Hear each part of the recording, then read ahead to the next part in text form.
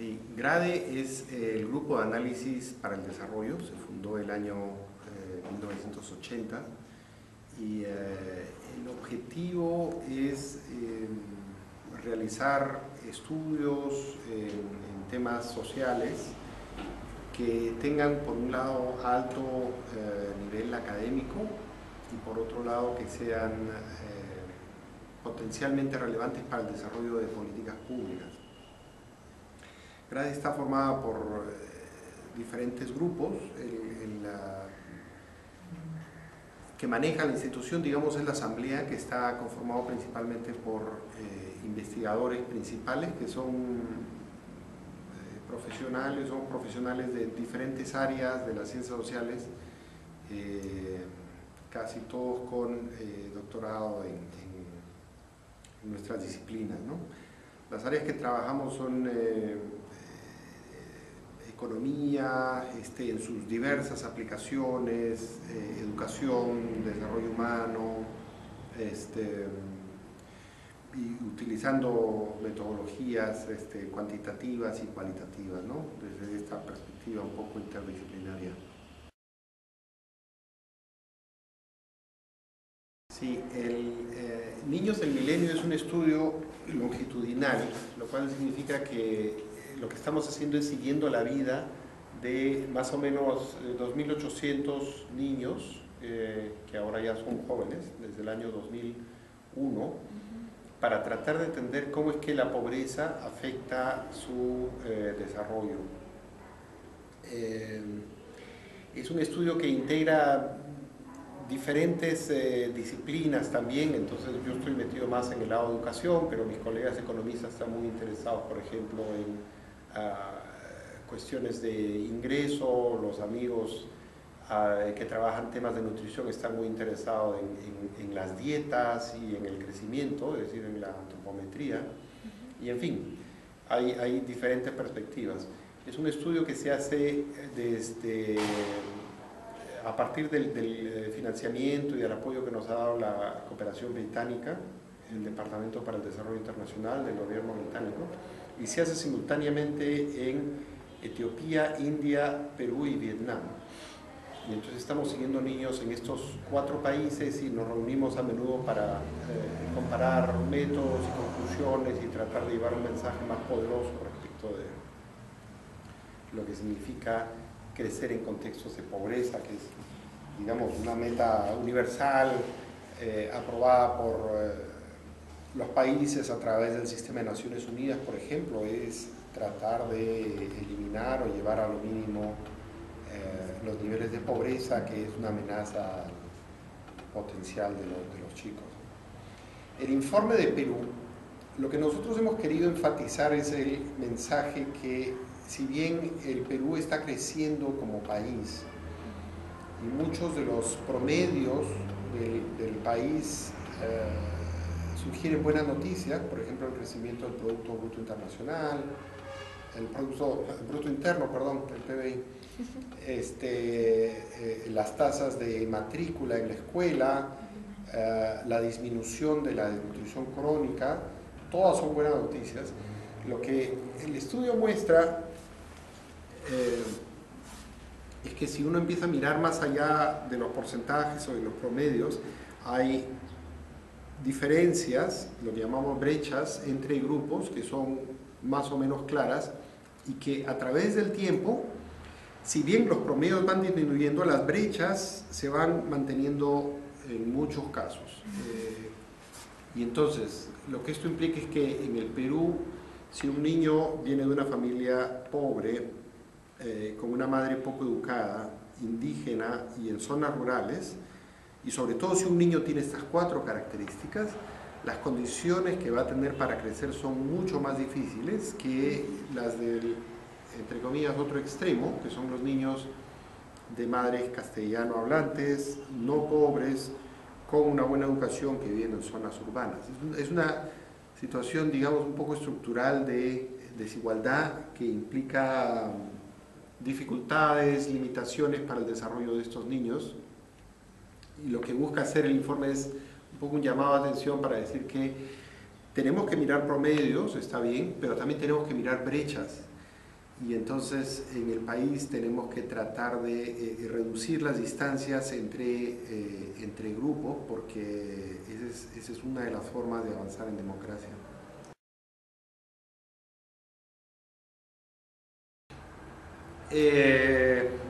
Es muy poco lo que se ha hecho, lamentablemente, ¿no? Ahí tendríamos que empezar diciendo tal vez que en el Perú, en los últimos años, el enfoque que hemos tenido de ciencia desde el Estado es un enfoque orientado a mejorar la productividad económica. Y a mí ese me parece un enfoque muy limitado. Tanto así que cuando se habla de ciencia, se habla de ciencia y tecnología, porque se supone que entre ambos debería lograr que, qué sé yo, que cada hectárea produzca o permita producir más cultivos, que la pesca rinda más, que los minerales sean explotados de una manera más eficiente, que todo esto resulte en productos de valor agregado. Y todo esto, por supuesto, a mí me parece muy bien, pero si uno mira las tendencias a nivel internacional, el concepto de ciencia pues, es mucho más amplio que la mirada a través de la tecnología o la mirada solamente en aumentar a corto plazo la productividad económica. Y entonces uno tendría que pensar en ciencia desde las disciplinas que tocan temas sociales, y entre ellos está educación. Pero ustedes van a encontrar muy pocas posibilidades de apoyo desde el Estado para, casi ninguna en realidad, para la investigación en temas educativos. Lo que hay, afortunadamente, es en algunos casos concretos, por ejemplo, el Ministerio de Educación necesita apoyo para un estudio, para un programa en particular, o algunas empresas están interesadas en hacer evaluación de impacto de sus programas, o algunos organismos internacionales como el Banco Mundial o el BID están interesados en hacer investigación o en hacer evaluaciones que les permitan mejorar la calidad educativa del país. Entonces hay apoyo, pero mi primera respuesta es que desde el Estado tenemos que expandir la concepción de ciencia para incluir a las disciplinas humanas, ¿no? Y poco a poco, qué sé yo, arqueología, historia, economía, por supuesto, sociología, son todas disciplinas que bien se podría apoyar para el trabajo científico, ¿no?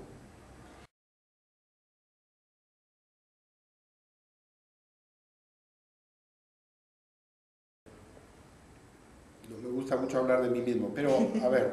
la que se me viene a la mente un poco es que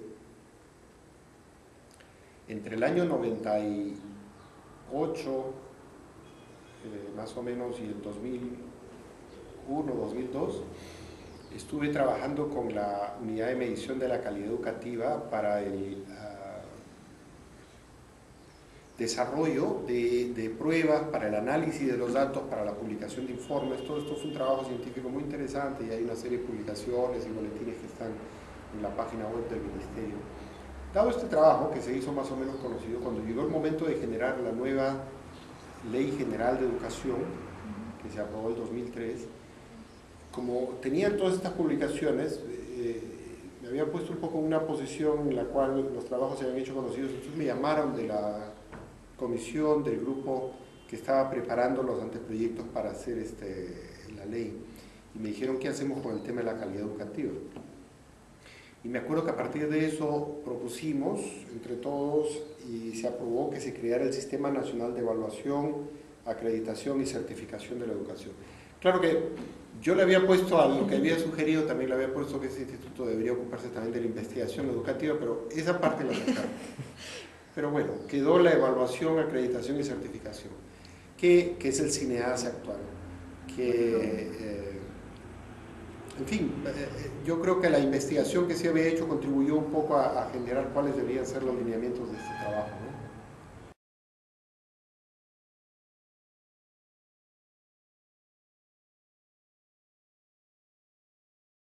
¿no? Mi respuesta es todo.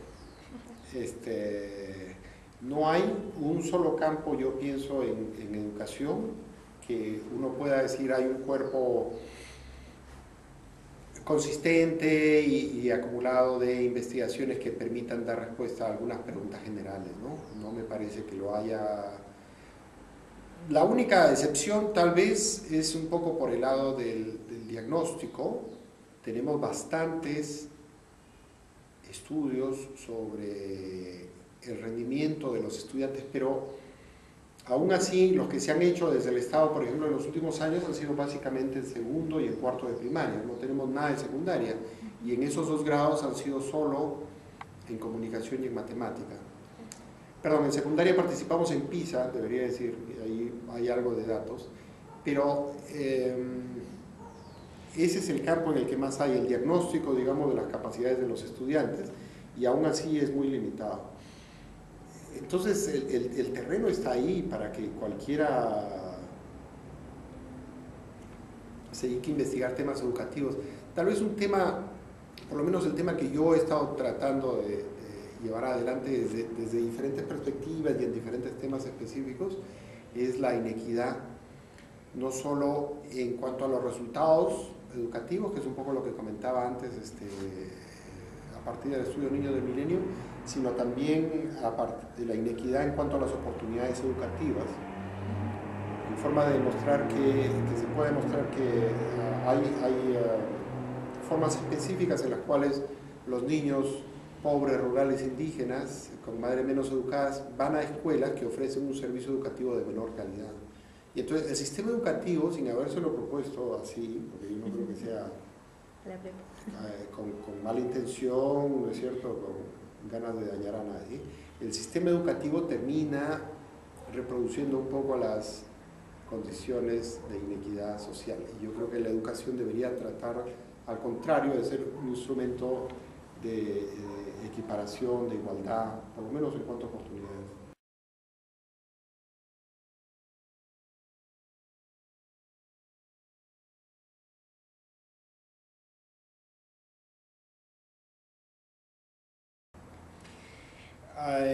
Sí, hice unos estudios de desayunos escolares y son unas conclusiones a mí me parecieron interesantes porque por un lado demostrábamos que los niños consumían el desayuno, a partir de eso sus niveles de hemoglobina habían mejorado, sus niveles de atención habían mejorado en la escuela, memoria a corto plazo por ejemplo, pero no mejoraban su rendimiento. Y explorando un poco alternativas, lo que nosotros encontrábamos es que cuando se introduce el programa de desayunos escolares, el tiempo que pasan los chicos aprendiendo en el aula baja más o menos media hora al día en sus escuelas rurales. Y el motivo es que las madres de familia, los profesores se preocupan por preparar el desayuno, los niños tienen que hacer cola, recibirlo, comerlo, qué sé yo, y se pierde el tiempo. Lo que quiero decir con esto es que la nutrición y la salud, sabemos hace mucho tiempo, tienen una influencia directa en el desarrollo del potencial humano, en la capacidad para aprender. Pero uno no puede mirar estas intervenciones de manera aislada, sino que tiene que ver qué cosa es lo que va a ocurrir cuando integra estos componentes a las escuelas, ¿no? Tiene que ver estas reformas de una manera un poco más integral y no como tradicionalmente un poco se ha hecho, es mirar la intervención en nutrición, separada de la intervención en salud, separada de la intervención en educación y a veces separada también de la intervención en lucha contra la pobreza, por ejemplo, ¿no? Y sería mucho mejor buscar formas de conectar estos diferentes aspectos.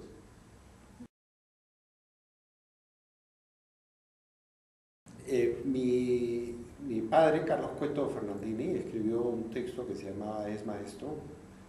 que pueden buscar seguramente en Google los futuros docentes, y a mí me parece que hay una serie de reflexiones ahí muy interesantes, de las cuales yo rescato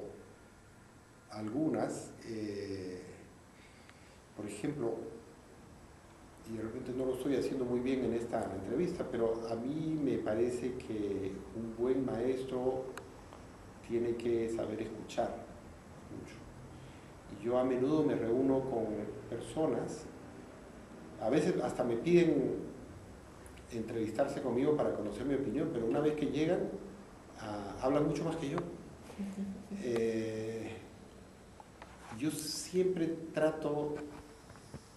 de ser maestro y en ese sentido de escuchar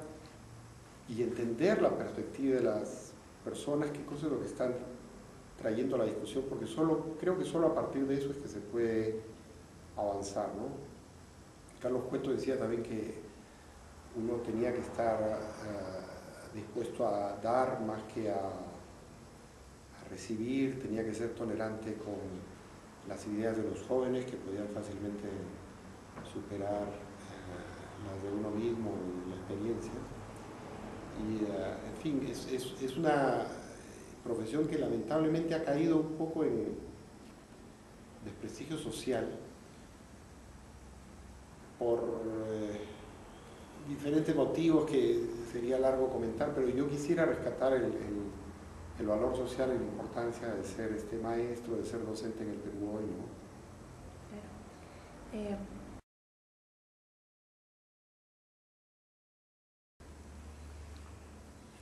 La educación es un instrumento social para mejorar la condición humana. Yo no pienso que la educación sea una ciencia, yo pienso que la investigación se puede investigar para mejorar la educación, pero no es una ciencia. El fin de la educación es mejorar la calidad de vida de las personas a través de diferentes formas de aprendizaje.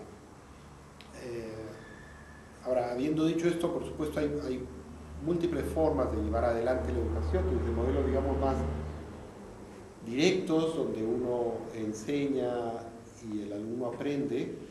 y el extremo de esto, por supuesto, es el adoctrinamiento.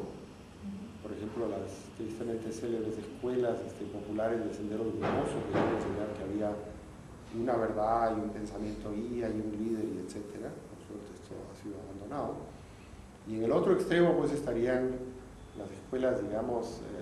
que a través de métodos indirectos ponen todo de manera relativa y entonces todo puede ser, no existen verdades absolutas. Yo supongo que pienso que hay que buscar puntos intermedios en los cuales hay cuerpos de conocimientos que deben ser aprendidos de manera crítica y no de manera repetitiva. Y por otro lado hay que propiciar un espacio importante para la reflexión y la creatividad y el desarrollo individual y social de todos los estudiantes, de maneras que les sean propias para ellos, ¿no? Un detalle en esta línea, yo creo que el Perú se alinea mucho más con los modelos directos de enseñanza, y una muestra de esto, me parece a mí, es el término que usamos para educación casi en general, que es los profesores a menudo decimos que vamos a dictar una clase, que es un verbo fatal para lo que debería ser la labor educativa, porque si uno dicta, el otro copia. Y efectivamente, uno va a los salones de clase y encuentra ejercicios tan absurdos como que el profesor toma un texto, lo copia en la pizarra y los estudiantes lo transcriben en su cuaderno. Y en ese ejercicio, digamos, no hay desarrollo personal, no hay creatividad, no hay pensamiento crítico, que es, yo creo, a lo que se debería apuntar. Conociendo, insisto, un poco la tradición y lo que se ha hecho, lo que se ha avanzado, porque no todo está por inventarse, ¿no? Pero hay que construir sobre lo que se conoce de una manera crítica, y yo creo que en esto tenemos todavía mucho que avanzar en la educación peruana.